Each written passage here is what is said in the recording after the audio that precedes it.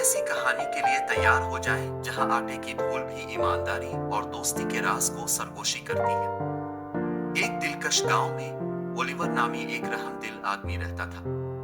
Oliver अपने दिन हमवार और मजेदार मक्खन बनाकर गुजारता था। हर हफ्ते ओलिवर अपने सुनहरी मक्खन की टोकरियां लेकर करीबी शहर जाता था। हलचल मचाने वाले शहर के बाजार में वो अपना मक्खन जरूरी ग्रोसरी के बदले ले लेता।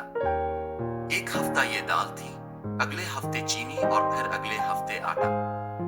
जैसे जैसे हफ्ते गुजरते गए, ओलिवर ने शहर के दुकानदार मिस्टर लियू को मशकूक नजरों से देखा।